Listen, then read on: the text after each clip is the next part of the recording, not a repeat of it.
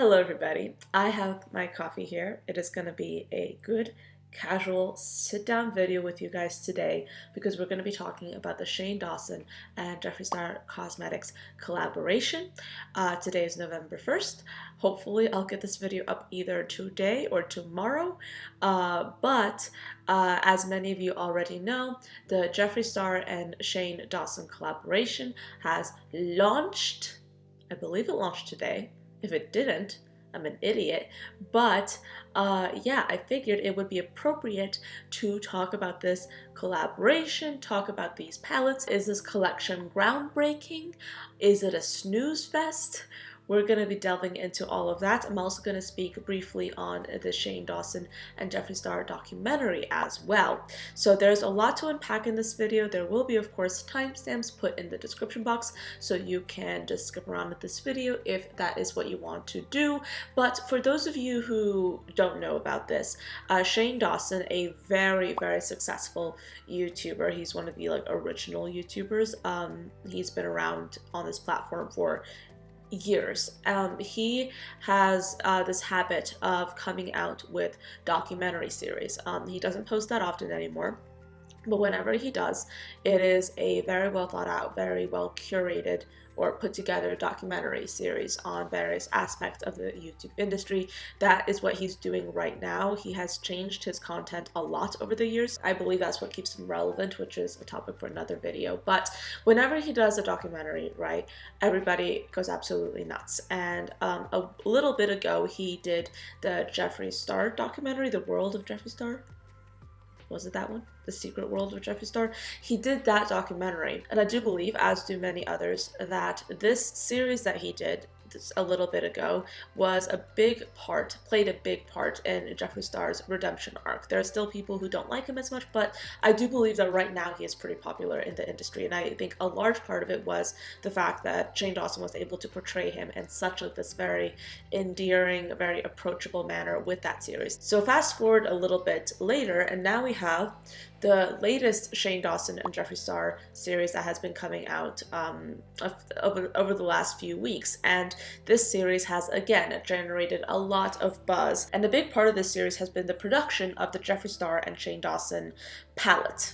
Or rather, the Jeffree Star and Shane Dawson makeup collection. They also have some merch coming out, but this entire series has been really revealing, very thought-provoking, and a lot of it, in fact, most of it has been centered around showcasing the production of a makeup collection, talking about numbers, talking about industry secrets, if you will. But of course, it is showcasing the production of this collection. It has been plain ever since the entire series started that this would be an enormous publicity stunt for both Shane Dawson and Jeffree Star. Shane Dawson recently has been dabbling in a lot of the beauty industry. He has been like a beauty guru or trying to be one, I don't even know, but like he has been dabbling in that, and I do think that this series and making certain characters within this series look so approachable, really giving us a behind the scenes look, it's meant to, of course, generate income for the people involved, for the companies involved, for the brands involved.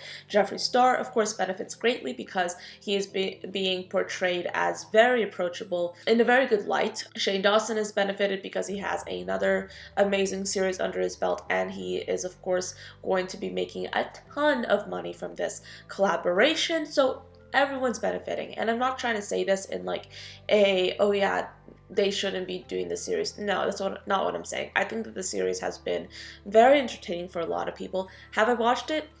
No, not really. I've seen like a little bit of it, but I'll just be honest with you guys. Let me just be straight up. I do not have the time or the desire to sit through hours and hours and hours of YouTube content. I just don't want to do that. I have other things to do.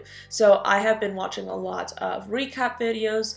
My sister has been watching this series, so like I watch it over her shoulder sometimes, but yeah, like this entire series has been to promote this collaboration. Not to mention that at the same time, this series is being utilized to divulge key nuggets of information that we, the general public, have not really been privy to before. The fact that they talk about numbers so much in this series is groundbreaking in and of itself, but For now, let's talk about the makeup. The collection includes the Conspiracy palette with 18 shades, that's a big one, that is going for $52. They also have the Mini Controversy palette, which is 9 shades, and that's going for $28. You can get the 2 palettes in a bundle for $72. And then you also have the lip stuff. You have 6 Velour liquid lipstick shades in matte and metallics. They're $18 each. And then we have the Shane Glossin Clear Gloss, which is going to be going for $18. We have a Diet Shane Lip Balm for $18. You have a ton of mirrors, makeup bags, merch, that sort of thing. So there is a lot going on in this collection. And I will say that they, from what I can tell, devoted a lot of time and airtime in particular to talking about the logo, talking about the packaging, talking about the concepts, talking about the shade names. And the packaging itself is so just really creative and it's so interesting. As somebody who doesn't really watch Shane religiously, even I can decipher like what each shade name or what most shade names mean or what they're inspired by, and that's really wonderful to see. You can really tell that Shane Dawson went into a lot of time and effort to create this collaboration. Even without actually viewing the documentary, you can see that he quite obviously gave a lot of effort. The lip stuff I am mildly interested in, but I really love the red lipstick. I really liked the clear gloss. Will I be buying those? You will see in Sunday's Will I Buy video. But I also really want to talk about the palettes because, of course, you guys know how much I love eyeshadow palettes. So I first want to talk about the 2 palettes just overall. Now, when this series started, I felt like these palettes would be very grungy. I felt like they would be very just out there. Once again, the entire theme of the palette is very Shane Dawson. It's very personal to him.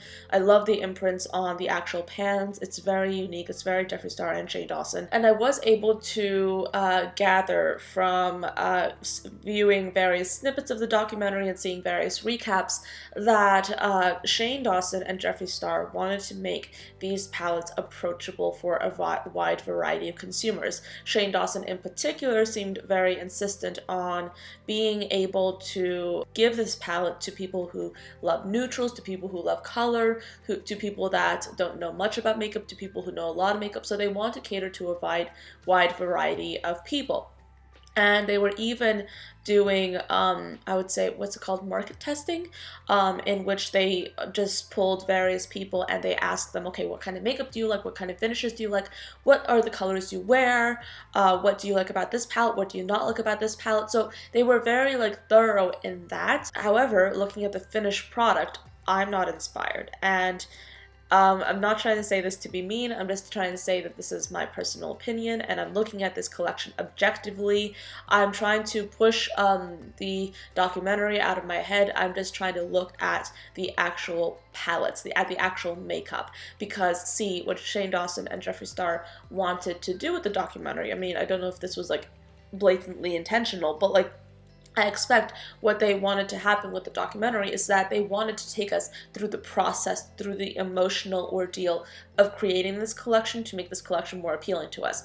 Yes, that is going to work, but I'm trying to look at this collection as objectively as possible. And looking at this, I'm not inspired. I see a whole bunch of colors that I love. That highlighter yellow is absolutely beautiful. Those various pinks are really nice, those touches of violet, purple, blues. They're really wonderful, but the way the colors are placed in the palette and the way the colors are arranged, I think that's my big caveat with this, because from what I could gather, Jeffree Star and Shane Dawson, they wanted to make the larger palette more, I would say, experiment friendly, and they wanted to make the smaller palette more approachable. What ended up happening, from my eyes, is that they created the larger palette that has a wide variety of neutrals, a few pops of color, and then the smaller palette is comprised of the same thing as a larger palette, essentially, with a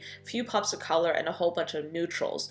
My suggestion, I'm not an expert, I don't know anything about makeup production other than what I've seen on the internet. My preference, I would say, would have been to simply take all the colorful pops of color, okay, and put them in the smaller palette, because from what I can tell, they would fit.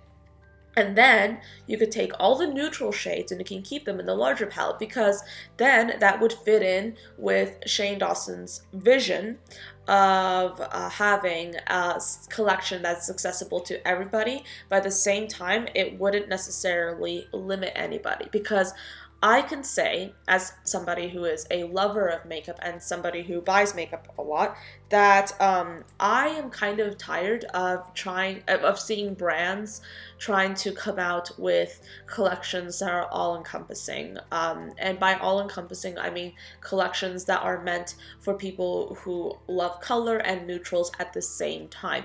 Because from what I have seen, it doesn't typically work. As somebody who loves color, I rarely delve into neutral shades, if at all. And if I do want to work with neutrals, I already have neutrals in my collection that I keep just for that purpose, because there are so many neutrals in palettes that I already have like a plethora of neutrals. So I technically don't need any more neutrals as a color lover. And also, as a color lover, I like to look at palettes very objectively, because I think, okay, am I going to use this shade? Am I going to use that shade? Am I going to use a vast majority of these shades? And if the answer is no, I don't buy the palette, because I do not want that palette to remain unused. And of course, Shane Dawson's objective is to make sure that everybody can use these palettes. But as somebody who is a color lover, if I ended up with these palettes, I would not be able to use, or I would not want to use each and every single shade, because that is simply not my style. I feel like if they made the larger palette more neutral, it would be very interesting for people who love neutrals. And if they made the 9-pan palette consist solely of colors, it would be a very fun way for color lovers to try this collection as well. Because I think that where it's at, the palettes look really pretty, but when I actually think of how I can use each and every single shade, I am left feeling a little bit, I would say, confused. And this is coming from somebody who normally isn't really intimidated by out there color stories. I usually find it pretty easy to come up with like various color combinations and just experiment with them. So I'm not intimidated by like out there color stories, but I'm looking at this and I think, okay, how would I be able to pair these shades? And I have to admit, I feel kind of like intimidated, like slightly, not like very intimidated, but looking at this palette through the lens of somebody who doesn't know that much about makeup, who doesn't experiment with makeup a lot, I don't see these two color stories being very easy color stories to work with.